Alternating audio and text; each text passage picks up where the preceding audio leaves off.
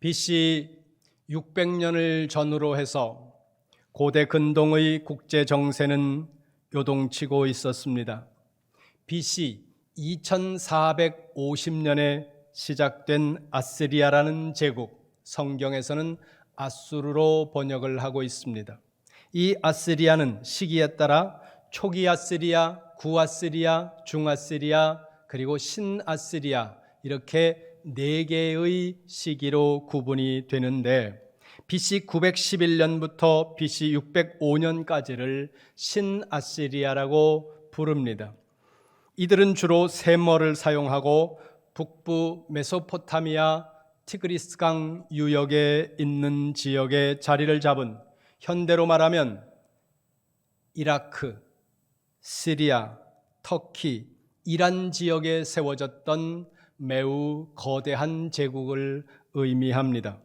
이들은 BC 722년에 북이스라엘을 침략하게 되고 북쪽 이스라엘은 이 아시리아에 무참하게 멸망을 당한다는 거죠. 그런데 수메르인과 아카드인들로 구성된 바벨론이라는 제국이 아시리아의 폭정에 견디다 못해 반기를 들게 되고 그 반란은 BC 612년에 아시리아 제국을 무너뜨리고 바벨론이라는 새로운 제국을 그 지역에 세우면서 근동의 패권을 차지합니다. 이렇게 국제 정세가 요동치던 시기에 남쪽 유다는 북쪽 이스라엘이 멸망하는 모습을 보면서 각성을 했습니다. 그리고 대단히 다행스럽게도 남쪽 유다에 그 당시에 대단히 좋은 왕이 들어서는데 이 왕의 이름이 요시야라는 왕입니다. 이 요시야는 8살에 왕위에 오르고 16살에 하나님을 찾게 되면서 그가 대대적인 개혁을 이루게 된다는 거죠. 대종교개혁을 시도하면서 요시야가 종교개혁을 시도하게 되는 그 배경은 성전을 수리하던 중에 모세의 율법을 발견하게 되고 제사장을 통해 그 모세의 율법을 듣게 된 다음에 그가 하나님 앞에 회개하면서 옷을 찢고 통회하면서 그의 삶을 먼저 돌이키고 그리고 우상 숭배로 얼룩져 있던 이스라엘 사회와 종교를 대대적으로 개혁을 합니다. 모든 우상을 불사르고 우상 숭배를 사람들이 모여서 하던 곳에 해골을 무더기로 쌓아두면서 사람들이 모이는 일조차 하지 못하도록 만들면서 종교개혁을 시도했다는 거죠. 그런데 갈그미스 전투에 참전을 하게 되는데 이 갈그미스 전투는 이집트와 바벨론이 전쟁을 하는 전투였습니다. 당시 아수르의 수도였던 니느웨를 바벨론이 함락하면서 바벨론에 의해 아수르 제국이 무너져가고 있던 그때에 고대 근동의 저 남방에 자리하고 있던 이집트, 성경은 애굽입니다. 이 이집트라는 제국은 아수르가 무너지고 그 모든 자리를 바벨론이 차지하게 되면 근동의 패권을 쥔 이 바벨론이 남하하면서 이집트까지 위험할 것이라는 생각에 이가 남아있는 아수르 제국의 사람들을 도와서 아수르가 완전히 멸망되지 않도록 도우려는 정책을 펴면서 팔레스틴 쪽으로 올라오게 된다는 거죠. 애굽 왕, 이집트 왕 느고는 이 위쪽으로 올라와서 팔레스틴 지역을 지나 시리아까지 가면서 아수르를 지원하고 그 지역의 모든 패권을 바벨론이 쥐는 것을 경계하려고 정책을 세웠습니다. 그러니까 이 전쟁은 좁은 의미에서 이집트와 바벨론의 전쟁입니다. 그런데 그 이집트가 시리아 쪽으로 올라가는 길목에 있는 자그마한 나라 유다, 그 유다의 왕 요시야는 생각을 한 겁니다. 비록 나라가 남북으로 갈라져 있었지만 저 북쪽 이스라엘, 멸망한 이스라엘도 같은 민족이거든요. 그러니까 저 북쪽을 멸망시킨 아시리아를 남쪽에 있는 이집트가 손을 잡고 다시금 그들을 일으키려고 하는 시도를 하는 모습을 요시야는 선하게 바라볼 수가 없었던 겁니다. 애굽 왕 느고가 말합니다. 이 전쟁은 너와 싸우는 게 아니야. 그러니까 너는 비켜. 너는 빠져. 그러나 요시야는 바벨론과 이집트가 전쟁을 하는 갈그미스 전투에 참여하게 되고 그 전투에서 허무하게 전사를 합니다. 그렇게 되면서 남쪽 유다는 이집트와 바벨론이라는 초강대국 사이에서 우왕좌왕하면서 나라가 멸망하는 길로 접어든다는 거죠. 바벨론이라는 관점에서 유다를 보면 바벨론 왕 느부갓네살이 통치를 시작하던 첫 번째 해 유다를 침공합니다. 그리고 그 유다를 침공하는 첫 번째 침공에서 수많은 포로들을 잡아가게 되는데 그 포로들 가운데 다니엘과 다니엘의 친구들도 잡혀가게 되었습니다. 이렇게 남쪽 유다의 멸망이 다가오는 것을 보면서 이 유다에 남아있던 수많은 선지자들이 눈물로 하나님 앞에 호소하고 백성들 앞에 호소하면서 꺼져가는 조국의 운명을 붙잡기 위해 선지 활동을 전개합니다. 그때 활동한 선지자들이 스바냐, 나훔, 예레미야 그리고 하박국이라는 선지자입니다. 하박국 선지자는 요동치는 국제 정세 가운데 그렇게 국제 정세가 험악하고 긴박하게 돌아가는 그 속에서도 유다 내부에서 일어나고 있는 수많은 불법과 비리와 부조리들을 바라보면서 하나님 앞에 질문하게 됩니다. 하나님, 이 엄청난 죄악들을 하나님은 왜 그냥 보고만 계시는 겁니까? 도대체 언제까지 이 백성들의 죄악을 하나님은 그냥 침묵하면서 바라보실 겁니까? 그렇게 질문을 하면 하나님이 그 질문에 대답을 합니다.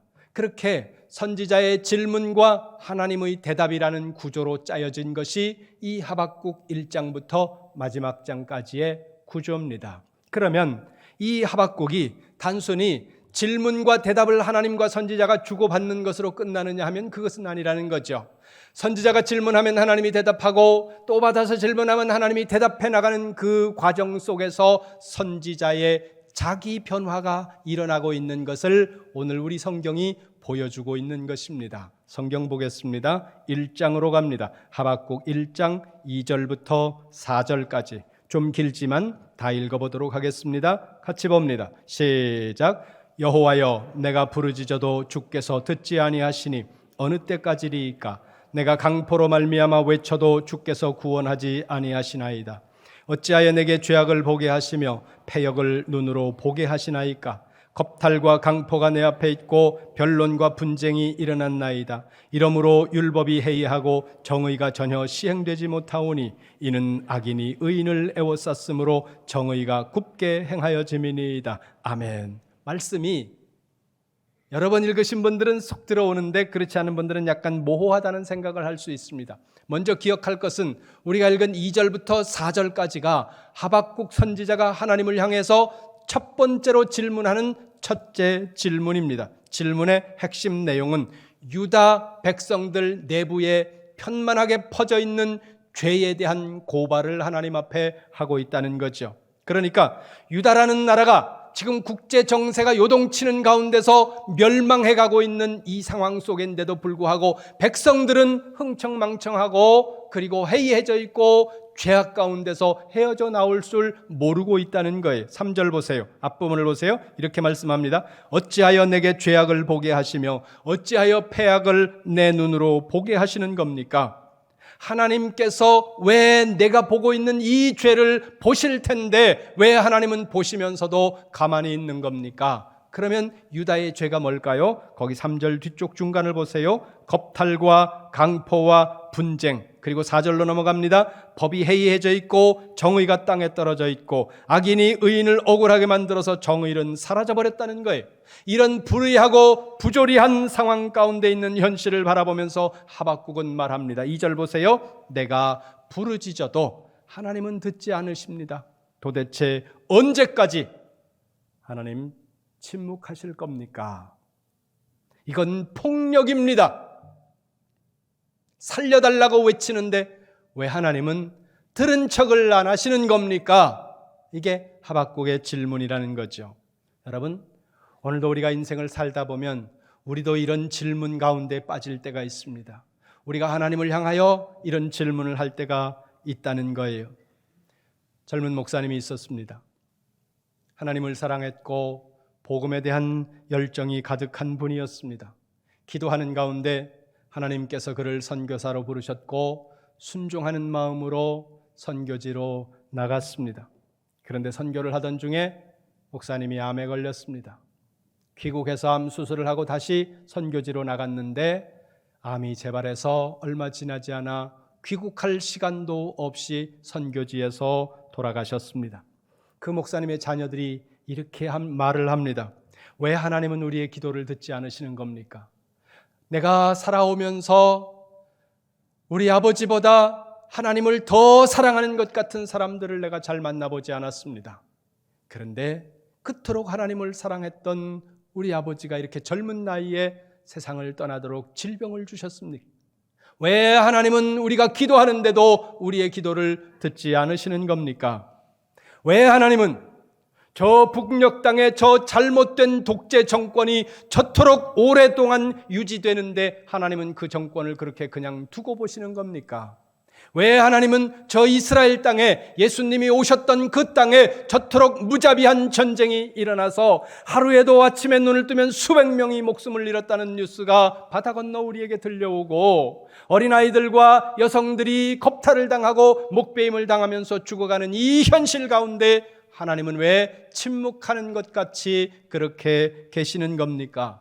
하나님은 왜 우크라이나와 러시아 전쟁이 이토록 길어지게 만들고 그 땅에 수많은 사람들이 그렇게 죽어가도록 만드는 겁니까? 그 전쟁으로 인해서 세계 경제는 요동치고 얼마나 많은 사람들이 고통을 당하고 있는지 하나님이 아실 텐데 왜 그대로 두시는 겁니까?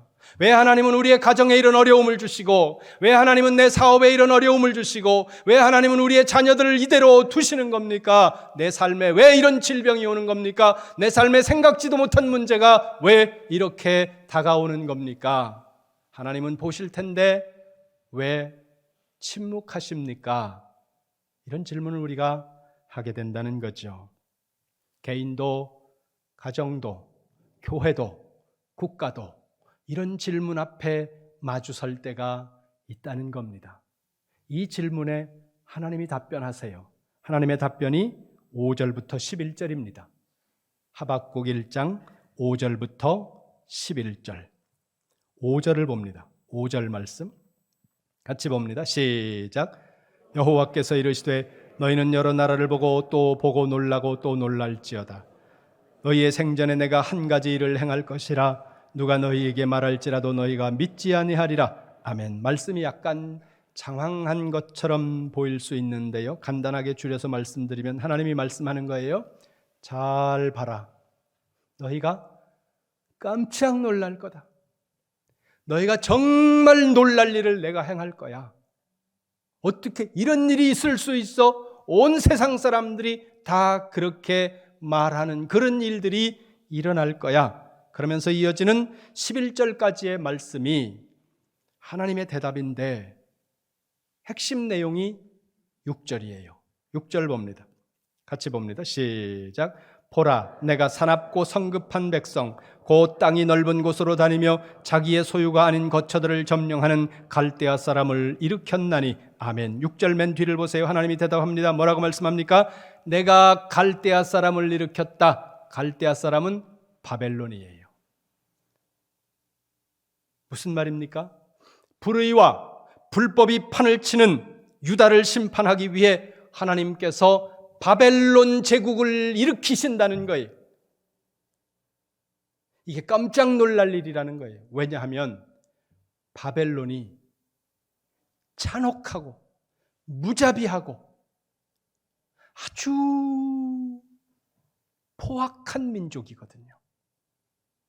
그들을 하나님이 쓰시겠다고 말을 하니까 듣는 사람이 깜짝 놀래버리는 거예요.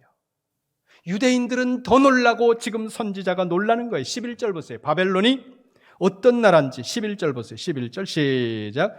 그들은 자기들의 힘을 자기들의 신으로 삼는 자들이라. 이제 바람같이 급히 몰아 지나치게 행하여 범죄하리라. 아멘. 그들은 바벨론입니다. 거기 보세요. 바벨론은 자기들의 힘을 자기들의 신으로 삼는 자들이라는 겁니다. 뭐예요? 말도 못하게 교만한 자들이고 하나님 없는 자들이라는 겁니다. 자기가 짓지 않은 자기 거처가 아닌 곳을 무자비하게 점령하면서 포악한 행동을 일삼는 민족이 바로 바벨론이라는 거예요. 여러분 생각해 보세요. 누군가를 심판한다면 심판하는 사람은 심판을 받는 사람보다 의로워야 될 거라는 생각을 저도 여러분도 한다는 거죠. 판사는 범죄자보다 나아야 된다는 생각을 우리는 합니다. 아이들을 가르치는 선생은 학생보다 나아야 된다는 생각을 한다는 거예요. 그렇기 때문에 여러분들이 선생님들 가운데 무슨 일이 있었다 그러면 이렇게 얘기하는 거예요. 선생이 저래? 목사는 성도보다 나아야 된다는 생각을 여러분들도 한다는 거예요. 유다를 심판하려면 적어도 유다보다는 의로워야 된다는데 생각을 하는데 유다보다 훨씬 더 범죄하고 포악한 이 바벨론을 하나님이 일으키신다는 이 사실에 지금 놀란다는 거예요. 그래서 하박국이 두 번째 질문을 합니다. 그 두 번째 질문이 12절부터 17절입니다.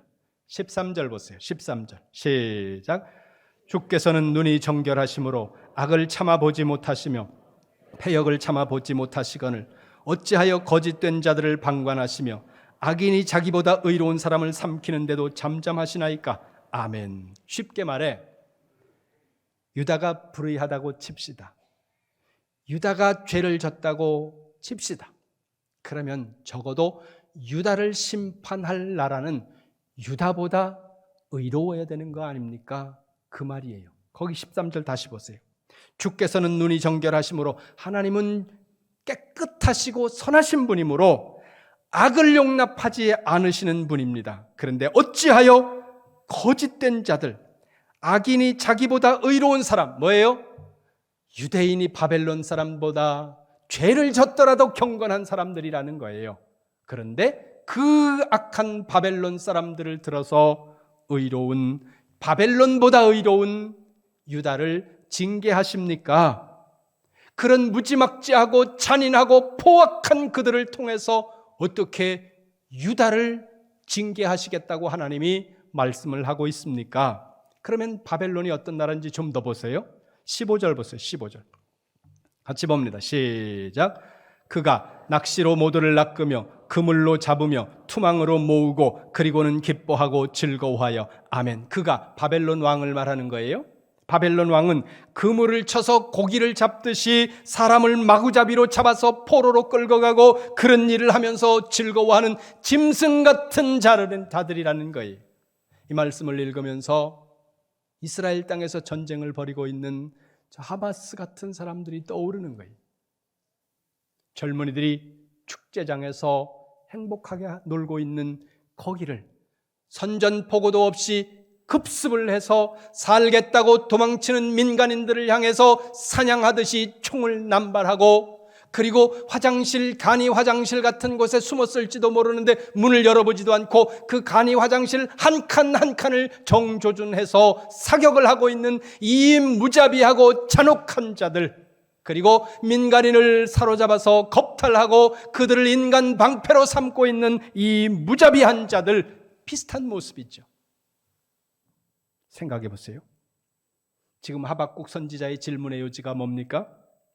만일 하나님께서 유다를 징계하시려고 하신다면 지금 이 넘쳐나는 악을 나도 보고 있으니까 이 땅에 넘쳐나는 죄악을 하나님이 심판하시는 것은 하셔야 되는데, 심판하시는 것은 하시지만 어떻게 저 더 악한 바벨론을 들어서 유다를 심판할 수 있습니까? 아무리 유다가 범죄했다고 하더라도 바벨론보다는 거룩하고 바벨론보다는 경건한 자들입니다. 그런데 이 바벨론을 들어서 쓰실 수 있는 겁니까? 이건 맞지 않습니다. 그래서 17절 맨 마지막을 보세요. 이게 옳은 겁니까? 이게 하박국 선지자의 질문입니다. 누가 봐도 하박국 선지자의 질문이 설득력이 있지 않습니까? 타당성이 있잖아요. 그런데 하나님께서 두 번째 대답을 하세요. 두 번째 질문에 두 번째 대답을 하시는 것이 2장 2절부터 20절까지의 말씀입니다. 매우 깁니다. 2절을 보세요. 2절 말씀 같이 봅니다. 하박국 2장 2절 시작. 여호와께서 내게 대답하여 이르시되 너는 이 묵시를 기록하여 판에 명백히 새기되 달려가면서도 읽을 수 있게 하라. 아멘. 20절 보세요. 시작. 오직 여호와는 그 성전에 계시니 온 땅은 그 앞에서 잠잠할지니라. 아멘. 하나님께서 하박국의 질문에 대답을 하시는데 첫 마디가 뭐냐면 내 말을 판에 기록해라. 어느 정도 달려가면서도 읽을 수 있도록 판에다가 명확히 새겨라. 뭐예요? 확실하게 알게 하라는 거예요. 그리고 맨 마지막이 뭐예요? 하나님 앞에 잠잠하라. 더 이상 말하지 마. 내가 결정했어. 끝. 이게 하나님의 대답이에요. 그리고 그 사이에 있는 말씀이 이제 우리가 볼 내용인데요. 3절을 보세요. 3절 말씀. 2장 3절 시작. 이 묵시는 정한 때가 있나니 그 종말이 속히 이르겠고 결코 거짓되지 아니하리라. 비록 더딜지라도 기다리라. 지체되지 않고 반드시 응하리라. 아멘. 때가 있다는 겁니다. 그러면 그때는 무슨 때입니까? 3절 맨 마지막을 보세요. 응하는 때. 다른 말로 바꾸면 성취하는 때입니다. 그러면 무엇이 성취되는 걸까요? 3절 맨 앞에 보세요. 이 묵시는, 이 묵시라는 단어를 히브리어로 보면 하존이라는 단어인데 하존이라는 이 단어를 영어 성경에는 비전이라고 번역을 해놨습니다. 비전을 다른 우리 편안한 말로 바꾸면 계획입니다. 무슨 계획이요? 하나님의 계획입니다. 그리고 그 하나님의 계획은 3절을 보세요. 그 종말이 속히 이르겠고 누구의 종말이에요? 바벨론의 종말입니다. 바벨론의 종말이 속히 이를 것이다. 자, 다시 보세요. 이렇게 말씀하시는 겁니다. 다시 한번 정리를 할게요. 선지자 하박국이 유대 사회에 만연한 불법과 죄악들을 바라보면서 하나님 앞에 질문합니다. 왜 하나님이 이 죄악을 그대로 두시는 겁니까? 그랬더니 하나님이 대답하세요. 너희가 깜짝 놀랄 일을 내가 할 거야. 그러면서 들고 나온 게 어마어마한 무시무시한 바벨론이라는 악한 제국을 일으켜서 유대를 심판하시겠다는 거예요. 그걸 보면서 이 하박국 선지자는 두 번째 질문을 합니다. 아무리 그래도 그렇지, 유다를 심판하려면 유다보다는 그래도 나은 민족을 선택해야지 어떻게 유다보다 더 포악한 백성들을 선택하셔서 하나님이 유다를 심판하신다고 합니까? 심판이라고 하는 것은 그 심판이라는 의미 속에 악을 정화하는 내용이 있지 않습니까? 악을 정화한다면 적어도 심판을 받고 있는 그 대상보다 심판하는 세력이 더 의로워야 악을 제거하는 것이 되는데 더 악한 자들을 데려다가 악을 심판하면 그러면 그것이 악을 제거하는 일이 되겠습니까? 악을 더 가중시키는 일이 되지 않겠습니까? 그것이 지금 하박국 선지자의 질문이었다는 거예요. 그런데 하나님이 답변하세요. 때가 올 거야. 때가 올 거야. 이 때를 기다려야 한다는 거죠. 3절 후반 다시 보세요. 이렇게 말씀합니다. 내가 볼 때는 조금 더디다고 생각할 수도 있어. 그러나 반드시 성취할 거야. 뭐예요? 기다리라는 거예요. 두 가지의 포인트입니다. 첫째가 뭐예요? 때. 두 번째, 기다림이라는 거죠. 우리는 이 두 가지에서 늘 실수를 합니다. 때와 그 때를 기다리지 못하는 우리의 조급함이 우리로 하여금 함정에 빠지게 만든다는 것입니다. 그러면 생각해 보세요. 하나님이 날짜를 못 박아주시면 좋잖아요. 언제까지 기다려야 됩니까? 11월 28일 오후 5시 딱 박아주면 얼마나 깔끔하고 얼마나 좋아요. 전에 제가 부목사로 섬기던 교회에 집사님 한 분이 계셨는데 집사님이 사업을 하셨는데 이제 조금 바람직하지 않아요. 나중에 보니까 모텔을 여러 개 가지고 계세요. 그래서 이걸 갈 때마다 모텔에서 기도를 해야 되는데 이거 기도하기가 만만치 않은 거예요. 왜냐하면 모텔에 가서 이렇게 보면 들어갈 때 이게 부부로 보이지 않는 사람들이 상당수입니다. 그런데 그거 잘 되게 해달라고 기도하려니까 이게 또 이상한 거예요. 그렇다 그래가지고 목사가 가가지고 하나님 우리 집사님 사업 문 닫게 해주세요. 이럴 수는 없는 거 아니에요. 교회를 몇 주 빠져서 신방을 갔어요. 집사님 왜 주일을 여러 번 빠지셨어요? 그랬더니 너무 답답해서 교회를 못 갔습니다. 자금의 압박을 받는 거예요. 사업을 하다가 좀 사업을 생각보다 크게 벌렸는데 자금이 잘 안 돌아가는 거예요. 여러분, 사업할 때 자금이 안 돌아가면 피가 마르는 것 같아요. 이게 너무너무 답답하고 이러니까 이분이 고민을 하다가 어디 갔냐고 솔직하게 말하 그랬더니 목사님 절에 갔었어요. 그러는 아니 집사님이 왜 절에 갔냐고 그랬더니 이분이 그래요. 이분이 목사님한테 가면 답이 뻔합니다. 뻔하거든요. 뭐예요? 기도합시다. 이 답이 1년 365일 목사 입에서 나오는 얘기 이거예요. 그런데 절에 갔더니 스님이 딱 답을 주시더라는 거예요. 40일 기도하면 끝난다. 되든 안 되든 일단 마음은 편하더라는 거예요. 무당은 딱 집어줘요. 구태. 끝나는 거예요. 그런데 목사님들은 기도합시다 이러고 그러는 이게 언제인지를 모르는 거예요. 근데 이게 하나님이 일하시는 방법이에요. 여러분, 왜 하나님이 기다려 그러면서 언제로 날짜를 안 찍어주시느냐? 중요한 이유가 있어요. 날짜를 딱 정해주고 방법을 딱 정해주는 순간 그때부터는 하나님을 안 바라보고 그걸 바라본다는 거죠. 근데 우리 하나님은 우리와 관계를 누리고 싶어하는 하나님이세요. 인생의 모든 행복은요, 거의 대부분이 관계 속에서 옵니다. 우리가 성취하는 일도 중요하고 소유하는 것도 중요해요. 그러나 여러분, 관계가 깨지면 그 모든 것들이 의미가 없어진다는 거예요. 하나님은 우리와의 관계를 누리고 싶어 하세요. 하나님은 오늘 여러분과 관계를 맺고 관계를 누리고 그 관계를 유지하기를 원하시는 하나님이라는 거예요. 그래서 날짜를 안 찍어주시는 거예요. 왜? 하나님 바라보라고. 때와 그때가 기다려야 한다는 이 말씀이 사람들에게는 쉬운 일이 아니에요. 조급함에 빠집니다. 왜 조급해요?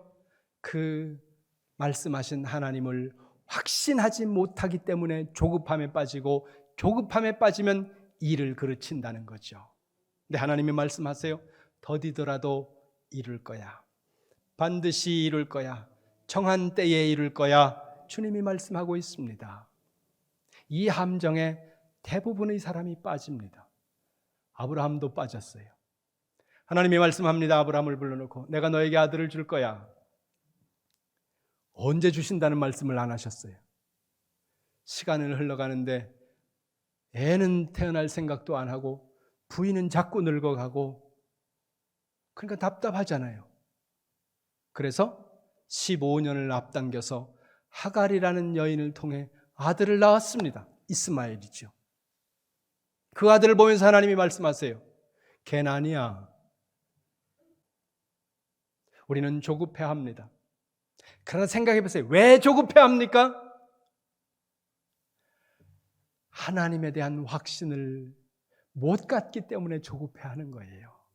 근데 하나님은 그 일이 아니라, 그 어떤 것이 아니라 하나님을 믿기를 원하시는 거예요. 그리고 하나님과의 관계를 누리고 그 관계를 즐기기를 원하신다는 거죠. 여러분, 하나님과의 관계를 누리고 하나님과의 관계를 즐기시기 바랍니다. 그러기 위해서는 하나님과의 관계 속에서 확신이 있어야 된다는 거예요.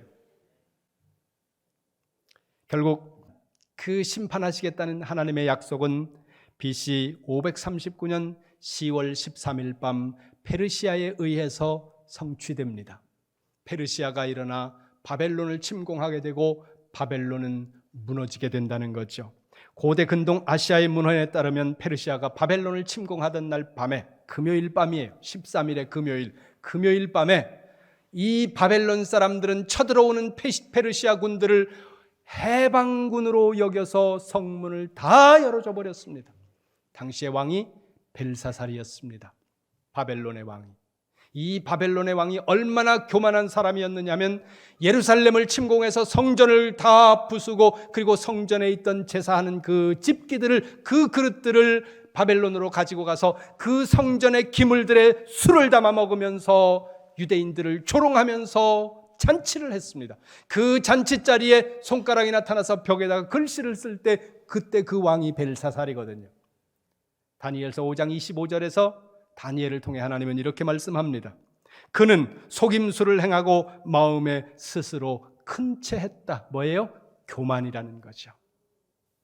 하나님이 바벨론을 들어서 유다를 심판하셨지만 바벨론을 반드시 심판하시겠다고 한 그 약속이 BC 539년에 성취되더라는 거예요.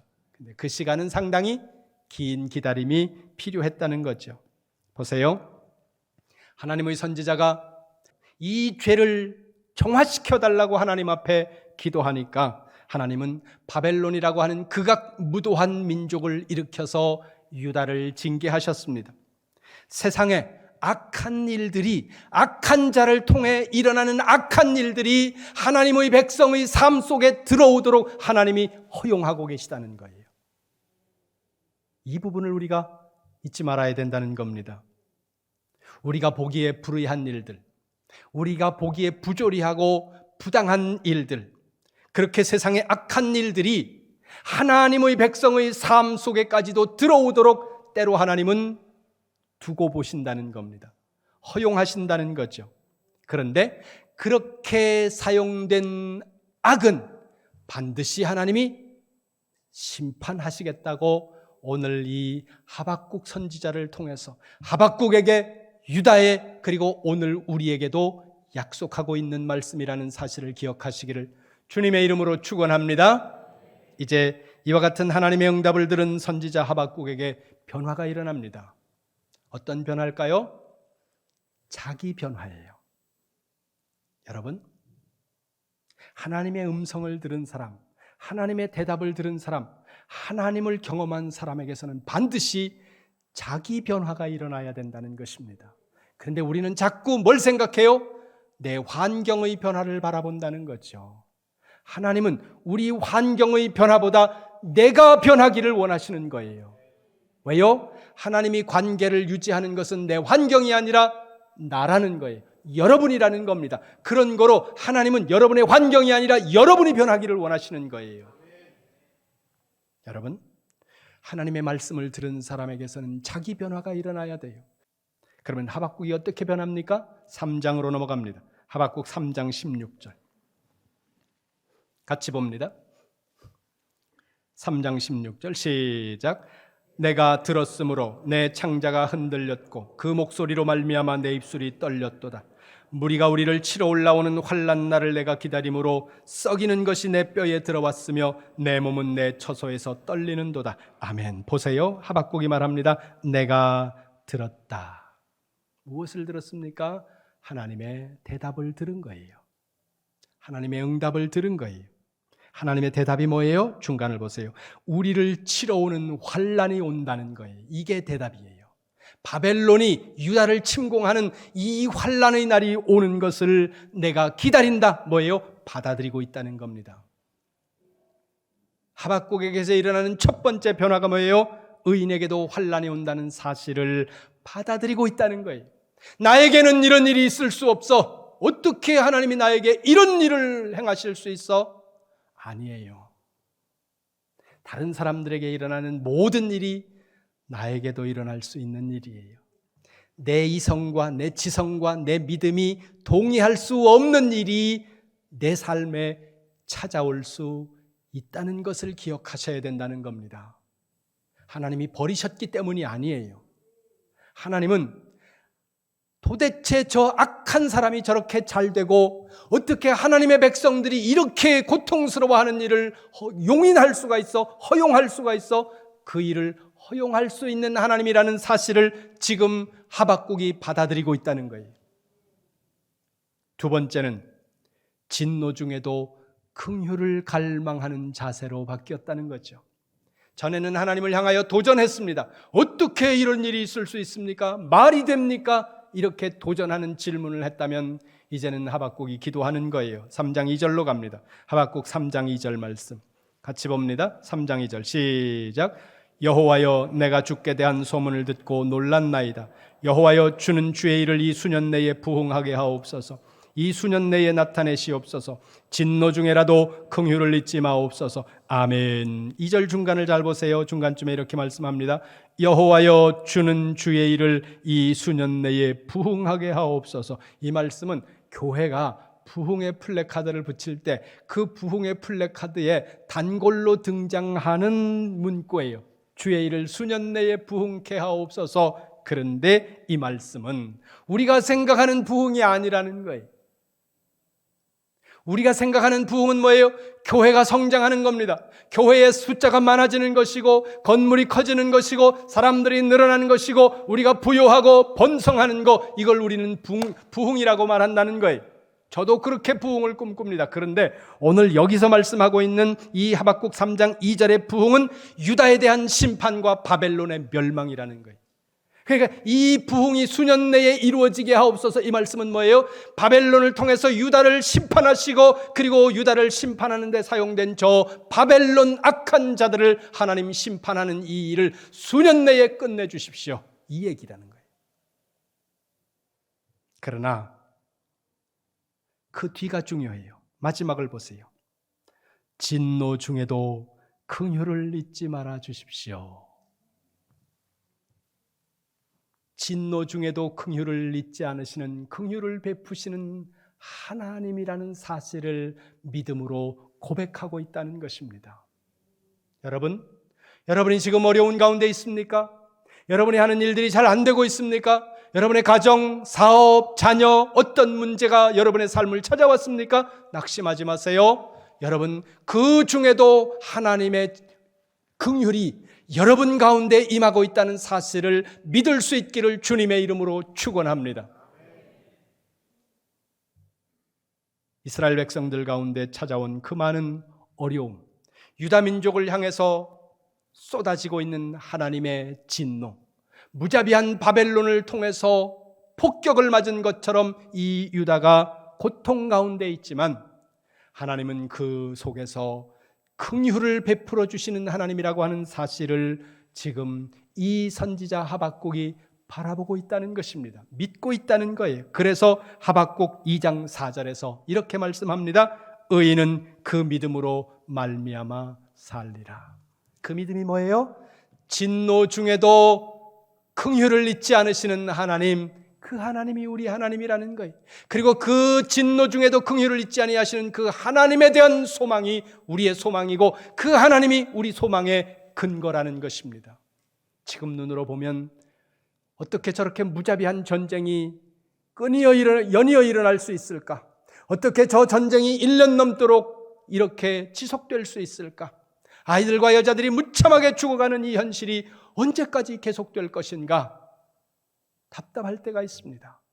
그러면서 저 텔레비전을 보면서 저 북한에 있는 저 잘못된 정권이 이 엉뚱한 잘못된 판단을 내리지 않아야 될 텐데 이런 불안함이 우리의 마음속에도 있다는 것입니다. 여러분, 상황이 어떻든 기억하시기 바랍니다. 하나님은 진노 중에도 긍휼을 베푸시는 하나님이고 그 하나님의 긍휼이 우리의 소망이 된다는 사실, 그리고 하나님의 약속은 반드시 이루어질 뿐만 아니라 더디더라도 성취된다고 하는 사실, 이 사실을 믿는 믿음에 흔들림이 없기를 주님의 이름으로 축원합니다.